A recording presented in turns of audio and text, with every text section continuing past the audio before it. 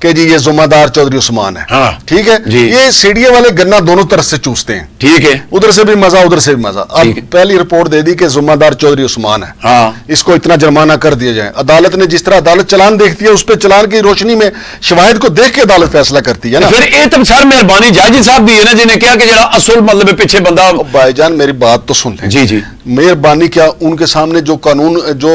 دستاویزات رکھی گئی اس کو سامنے رکھ کے انہوں نے فیصلہ سنایا نا. اب میں آپ کو کہتا ہوں یہ سی ڈی اے نے آدھا چلان پیش کیا, آدھا بھی نہیں, 10% چلان پیش کیا. بھائی سی ڈی اے کا کام تھا بتاتے کہ اصل ذمہ دار اصل چیف ایگزیکٹو چودھری عبدالرحمان ہے. جج کو اصل صورتحال سے آگاہ کرنا کس کا کام تھا؟ سی ڈی اے کے ڈائریکٹر انوائرمنٹ کا کہ جناب یہ درخت کس نے کاٹے ہیں, یہ ساری تباہی کس کی وجہ سے آئی ہے؟ چودھری عبدالرحمان کی وجہ سے. چودھری عبدالرحمان بڑا شاطر آدمی, آپ کو علم نہیں ہے, اس کا 4 شیڈول میں نام تھا, وہ بڑی اس نے بریکی سے نکال لیا وہاں سے. تو دیکھیں وہ اس کے لیے کوئی مسئلہ نہیں ہے. چودھری عثمان جیسے تو وہ 10-15 بندے بیچ جائے, ان کو پتہ ہی نہیں چلتا کہ ہمیں چودھری عبدالرحمان. سر جی میں تو ویسا یہ گزارش کر سا کہ جڑا یہ اتنا ایریا اگر کٹائی ہوندی رہی تو سی ڈی اے کیا سوتی نہیں جی کتنی انہوں کو نفری اتنا مطلب خزانے نہ پیسہ بھی ضائع پہ کر دے رہے. یہ تو میرا حال ہے سی ڈی اے میں پوچھنا چاہیے ابھی تھی کس طرح قبضے کروانے رہے جی. یہ تو فاضل عدالت کا کام ہے کہ وہ جہاں انہوں نے چودھری عبدالرحمان کو نوٹس کیا وہاں سی ڈی اے کے لوگوں کو بھی بلائیں کہ بھائی جان آپ کہاں پہ تھے. میں تو پہلے دن سے کہہ رہا ہوں کہ بھائی جان یہ اس کا دائرہ کار بڑھا دیں. سی ڈی اے والوں سے اب یہ بھی پوچھیں, جب چودھری عبدالرحمان کو نوٹس تو ہو گئے ہیں, اب ان سے یہ بھی پوچھیں کہ آپ نے یہ مجھے جو چلان پیش کیا یا مجھے جو شواہد دیے جو دستاویزات دیں وہ آپ نے ادھوری کیوں دیں, مکمل کیوں نہیں دی, پورے غوری ٹاؤن کا نقشہ کیوں نہیں دیا, یہ کیوں نہیں بتایا اس کا پہلا چیف ایگزیکٹو کون تھا, یہ کیوں نہیں بتایا کہ پہلے وارداتیں کتنی ہوئی ہیں. آپ نے ادھوری تو کیا میں کہہ رہا ہوں 10% آپ نے بتا کے خاموشی اختیار کر لی. ذمہ دار سی ڈی ہے, بالکل سی ڈی ہے. ناظرین پروگرام تو دیکھا ٹائم دا مجبوری ہوندی ہے, اسی دے نال سانو دیو اجازت. اللہ سونے نے والا.